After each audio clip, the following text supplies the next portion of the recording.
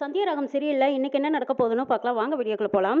இந்த கதிர் எதுக்காக வந்திருக்கான்? அவன் தான் வெளிநாட்டிலேயே படிச்சு அங்கேயே செட்டில் ஆகிறதா சொல்லிட்டு தானே போனான். சித்தி, இப்படி ஒருத்தன் இருக்கிறதா என்கிட்ட இது வரைக்கும் நீங்க சொன்னதே இல்லையே, ஏன்னு கேட்குறாங்க. இனிமே அவன் வரமாட்டான்னு நாங்கள் நினைச்சோம் அப்படிங்கிறாங்க பார்வதி. ஒருவேளை நம்ம பேசுனதை வச்சு ரகுராம் பெரியப்பா இந்த கதிரை வர சொல்லியிருப்பாங்களா? மாயாவுக்கும் கல்யாணம் பண்ணணும்னு சொல்லிட்டு இருந்தாங்கல்ல, அது விஷயமா வர சொல்லியிருக்கலாம்லன்னு கேட்குறாங்க சாரு. அனி, ஒருவேளை கதிருக்கு தான் மாயாவை பேசி முடிக்கிறதுக்கு தான் வர சொல்லியிருப்பாங்களான்னு கேட்குறாங்க பார்வதி. இருந்தாலும் இருக்கலாம், கதிர் தான் நம்ம அண்ணனுக்கு ரொம்ப ரொம்ப பிடிக்குமே. சரி, இது எப்படி நம்ம தெரிஞ்சுக்கிறதுங்கிறாங்க. ஏன் நம்ம சந்தேகத்தை தீர்த்துக்கலாம். அண்ணன் அப்படி ஒரு முடிவு எடுத்தாலும் ஆச்சரியப்படுறதுல. சரி, இதை பற்றி நம்ம கதிர்கிட்டே கேட்டுக்கலாம் அப்படின்னு சொல்லி திரும்பி பார்க்குறாங்க. கதிர் அந்த பக்கமாக போகிறாங்க. இதோ கதிரே போகிறேன், நீ கூப்பிடுவோம் அப்படின்னு சொல்லிட்டு பத்மா கூப்பிடுறாங்க. கதிரி கொஞ்சம் இங்கே வாவேன் அப்படிங்கிறாங்க. ஆமாம், நீ நல்லா இருக்கியான்னு கேட்குறாங்க. என்ன சித்தி, இது வெளியில தானே கேட்டீங்க, அதுக்குள்ளே என்ன மறந்துட்டீங்களா? ஒருவேளை மருந்துக்கு இது வந்துருச்சு உங்களுக்கு இந்த வயசில் அப்படின்னு கேட்குறாங்க. இல்லை, காலேஜ் முடிச்சதும் அங்கேயே செட்டில் ஆகிறதானே சொன்னேன். இப்போ திடீர்னு வந்திருக்கிறியா, அதான் ஏன்னு கேட்டேங்கிறாங்க. ஏன் கதிரு, ஒரு வேளை உனக்கு அங்கே வேலை இது கிடைக்கலையான்னு கேட்குறாங்க பார்வதி. அத்தை, நீங்கள் 2 பேரும் நல்லா மீன் பிடிக்கிறீங்கன்னு கேட்குறாங்க. எது, நாங்கள் மீன் பிடிக்கிறோமான்னு கேட்குறாங்க பார்வதி. ஆமாம், பக்கத்து வீட்டில் ஏதாவது சண்டையாக இருந்தால் டே என்னென்னு போய் பார்த்துட்டு வாடான்னு என்ன அனுப்பி வைப்பீங்க. பொருளி பேசுகிற பற்றி இன்னும் உங்கள் 2 பேத்துக்கும் போகலையான்னு கேட்குறாங்க. டே, இப்போ நாங்கள் உனக்கு என்னடா கேட்டுட்டோம், வராதவா வந்திருக்கிறியேன்னு கேட்டோங்கிறாங்க பத்மா. சித்தி, எனக்கும் ரொம்ப நல்லா வரணும்னு தோணுச்சு, அதான் நான் வந்தேன்.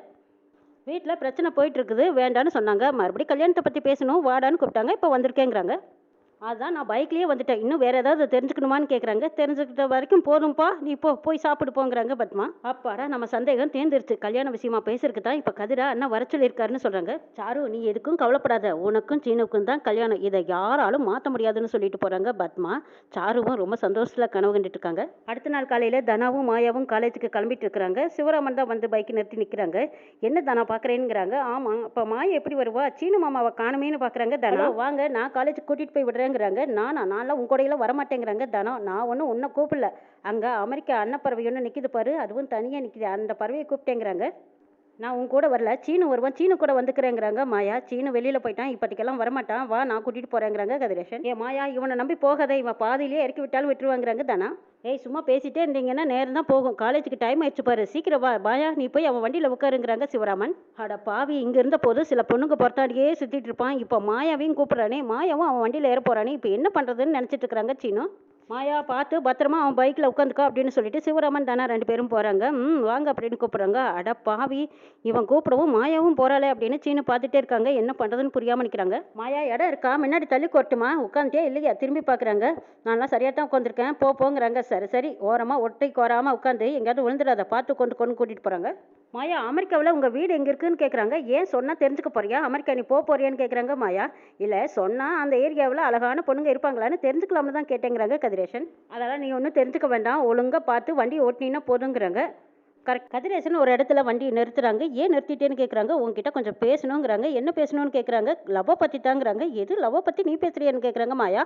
ஆமாம், உனக்கும் சீனுவுக்கும் இருக்கிற காதலை பற்றி தான் நான் பேச போகிறேன். நீங்கள் 2 பேரும் லவ் பண்ணது, கல்யாணம் பண்ணிக்க போனது, மறுபடியும் வேண்டான்னு முடிவெடுத்தது, இது எல்லாமே எனக்கும் தெரியும். எனக்கு ஒரே ஒரு சந்தேகம் தான், நீ ரகு மாமாவுக்காக நீ வேணா கல்யாணம் வேண்டான்னு சொல்லிட்டியா, ஆனால் சீனு மேலே உனக்கு லவ் இருக்கா இல்லையான்னு கேட்குறாங்க கதிரேசன். நீ தைரியமாக என்கிட்ட சொல்லலான்னு கேட்குறாங்க கதிரேசன்.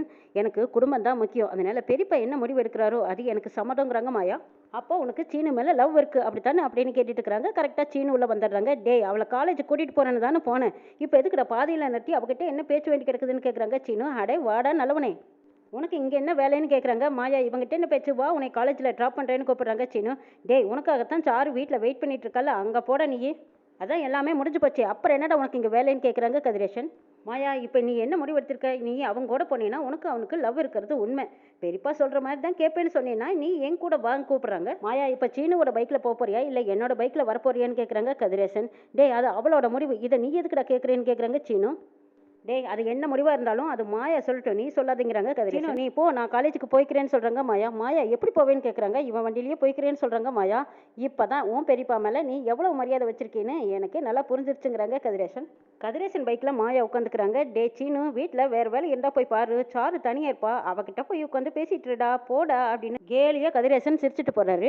வீட்டுக்கு வந்ததுக்கு அப்புறமா தானா மாயாவை திட்டுறாங்க. ஏய், நீ எதுக்கு கதிரேசன் பைக்கில் வந்த, அவள் வந்த 2 நாளையில் உனக்கும் சீனு மாமாவுக்கும் போட்டு விட்டுட்டான் பார்த்தியல்ல, 2 பேர்த்துக்கும் வனச்சங்கடத்தை கொண்டு வந்துட்டாங்கிறாங்க தானா. அப்படி எந்த ப்ராப்ளம் இல்லைங்கிறாங்க மாயா. சீனு மாமா கண்டிப்பாக ஃபீல் பண்ணியிருப்பாரு, இவன் சின்ன வயசுலேருந்தே இப்படி தான் வேணுன்னு யாரோ ஒருத்தர் வம்பு கிழத்து எல்லாத்தையும் போட்டு விட்டுட்டு போயிடுவான், பிரச்சனையிலையும் இழுத்து விட்டுட்டு போயிடுவான், அவனை நம்பவே கூடாதுங்கிறாங்க தானா. இப்போ சீனு மாமாவும் டென்ஷன் தான் இருப்பாருங்கிறாங்க. இதில் டென்ஷன் அவருக்கு என்ன இருக்குன்னு கேட்குறாங்க மாயா. ஆமாம், நீ சீனு மாமா கூட போகாமல் கதிரேசன் கூட போனால் டென்ஷன் ஆகாதா? ஏய் தானோ, இங்கே பாரு, அவன் ஹெல்ப்புக்காக கூட இது பண்ணியிருக்கலாமல்லங்கிறாங்க. ஆமாம், அவனா ஹெல்ப் பண்ணுறவன் அவனால் மற்றவங்களுக்கு பிபி தான் அதிகமாகும் தெரியுமா? இந்த கதிரேசன் இருக்கானே, அவன் சரியான அப்படின்னு சொல்லிட்டு இருக்கும்போதே கதிரேசன் வந்துட்டாங்க. என்ன சரியானன்னு கேட்குறாங்க. இல்லை இல்லை, உன்னை பற்றி நாங்கள் ஒன்றும் பேசல போங்கிறாங்க. இப்போ என்னை பற்றி தானே பேசினேன், இப்போ சொல்ல போறியா இல்லையான்னு கேட்குறாங்க கதிரேசன். என்னை பற்றி என்னோட வரலாறு தானே சொன்னேன்னு கேட்குறாங்க கதிரேசன். இல்லை இல்லை, உன்னோட கிரைம் ஹிஸ்ட்ரி பற்றி சொன்னேன்.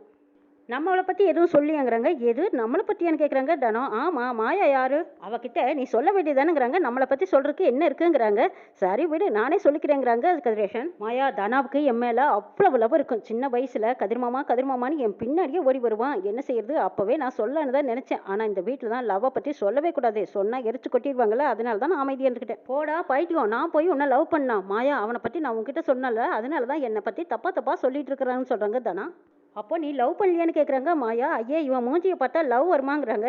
இங்கே பாருடா, இப்படியெல்லாம் சொல்லிக்கிட்டு தெரியாதா, எனக்கெல்லாம் நிச்சயமாயிடுச்சுங்கிறாங்க தனா. கார்த்திக் சார்கிட்ட உன்னை சொன்னேன்னு வச்சுக்கோ, அவ்வளவுதான் நீங்கிறாங்க தனா.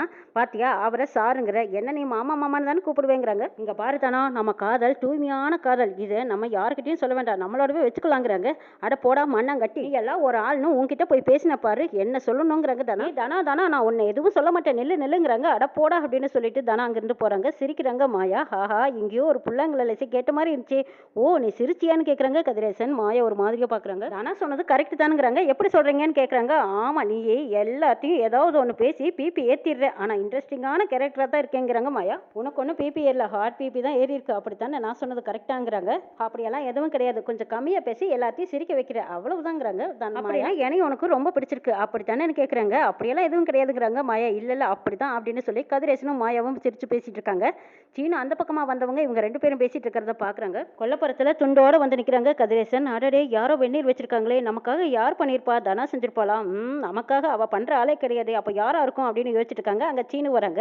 டேய், இங்க என்னடா பண்றேன்னு கேக்குறாங்க. டேய், கொல்லப்புற பக்கமா டவலோட வந்து எதுக்குடா வருவாங்கன்னு கேட்குறாங்க. எனக்காக சுடுதண்ணி வச்சிருக்காங்க, நான் குளிச்சுட்டு போறேங்கிறாங்க சீனு. டேய், நான் தானே முதல்ல வந்தேங்கிறாங்க. டேய், என்ன பாய்ஸ் ஹாஸ்டலா, நான் மந்தி போறேன் நீ மந்தி போறேன்னு எனக்காக தாண்டா வச்சிருக்காங்கிறாங்க சீனு. எனக்கு வேலைக்கு போக நேராச்சு, முதல்ல நீ போய் பச்சை தண்ணியில் குளிச்சுட்டு போய், இது எனக்காக வச்சிருக்காங்கிறாங்க சீனு. டேய், இது எனக்காக தாண்டா வச்சிருக்காங்க, சோப்பு டவலு எல்லாமே வச்சிருக்காங்க பாரு, இது நான் தான் குளிக்கணுங்கிறாங்க. தனாவா மாயாவான்னு தெரியல, தனா வைக்கிறதுக்கு வாய்ப்பே கிடையாது, அவளுக்கு தான் ஆள் இருக்கே. அநேகமா இது மாயா தான் வச்சிருப்பாங்க. இது எனக்காக மாயா தான் வச்சிருப்பா, மாயாவும் சிங்கிள் நானும் சிங்கிள்ங்கிறாங்க. டே, நீ தேவை இல்லாமல் ஏழரை எழுத்துட்டு இருக்கிறேன், நான் ஒரே மாதிரி எப்பவும் இருக்க மாட்டேன், எனக்கு கோவம் வந்ததுன்னு வச்சுக்கோங்கிறாங்க சீனு. டே சீனு, எனக்காக ஒரு ஹெல்ப் பண்ணுறியா, இது மாயா தான் வச்சாலான்னு தெரிஞ்சுக்கிட்டு அவளுக்கு நான் தேங்க்ஸ் சொன்னதா சொல்லிடுறியான்னு கேட்குறாங்க கதிரேசன். அடைச்சி, உங்ககிட்ட எல்லாம் மனுஷன் பேசுவானா அப்படின்னு சீனு கோவமாக அங்கிட்டு போயிடுறாங்க. யார் இந்த சுடுதண்ணியை வச்சிருப்பான்னு யோசிச்சுட்டு இருக்காங்க. நான் தானுங்கன்னு சொல்லிக்கிட்டு வராங்க. சாரு, எது நீயா, எனக்கு இதெல்லாம் பிடிக்காதுங்கிறாங்க. இதெல்லாம் ஒரே வீட்டில் இருக்கோம், ஒரு ஹெல்ப் தானுங்கிறாங்க. சாரு, ஏதோ ஒரு காரணம் இருக்கிற மாதிரி தெரியுதுங்கிறாங்க கதிரேசன். ஆமாங்க இருக்கு, சீனுவுக்கும் எனக்கும் கல்யாணமான முடிவோடு நிற்குது, இதுக்கு காரணமே மாயா தாங்கிறாங்க. ஆமாம், மாயா சீனு பக்கமே வரக்கூடாது, அதுக்கு நீங்கள் தான் ஒரு முடிவு சொல்லணுங்கிறாங்க. ஆனால் இந்த ஊருக்கு வந்ததுக்கான காரணமே மாயா தான். கரும்பு ஜூஸ் குடிக்கிறதுக்கு அமௌண்ட் எதுக்கு, ஆனால் உன்னோட கண்டிஷன் எல்லாம் செல்லாது போல இருக்கே. மாயா இந்த இடத்துல, அதுவும் பெரியப்பா இடத்துல ஸ்ட்ராங்காக உட்காந்துருக்கா, சீனு மனசுலையும் ஒரு இடத்துல உட்காந்துட்டா, அதனால அவளை அசைக்க முடியாது போல இருக்கேங்கிறாங்க. கொஞ்சம் அவளை அசைக்கிறது வீக்காக தான் இருக்குது, இருந்தாலும் பார்ப்போங்கிறாங்க கதிரேசன். இந்த பக்கமாக சாரு தனியாக வந்து மகாலிங்கத்துக்கு ஃபோன் பண்ணுறாங்க. அப்பா, இந்த வீட்டில் நான் நிரந்தரமாக இருக்கணும்னா நான் ஒரு ஐடியா சொல்கிறேன், அதை கேளுங்கிறாங்க. என்னம்மா சொல்லுமா சாருன்னு கேட்குறாங்க. சாருவும் ஏதோ ஒரு ஐடியாவை மகாலிங்கத்துக்கிட்ட சொல்கிறாங்க. மகாலிங்கமும் சரின்னு சொல்லியிருக்காங்க. என்ன நடக்குதுன்னு நாளை சொல்ல பார்க்கலாம்.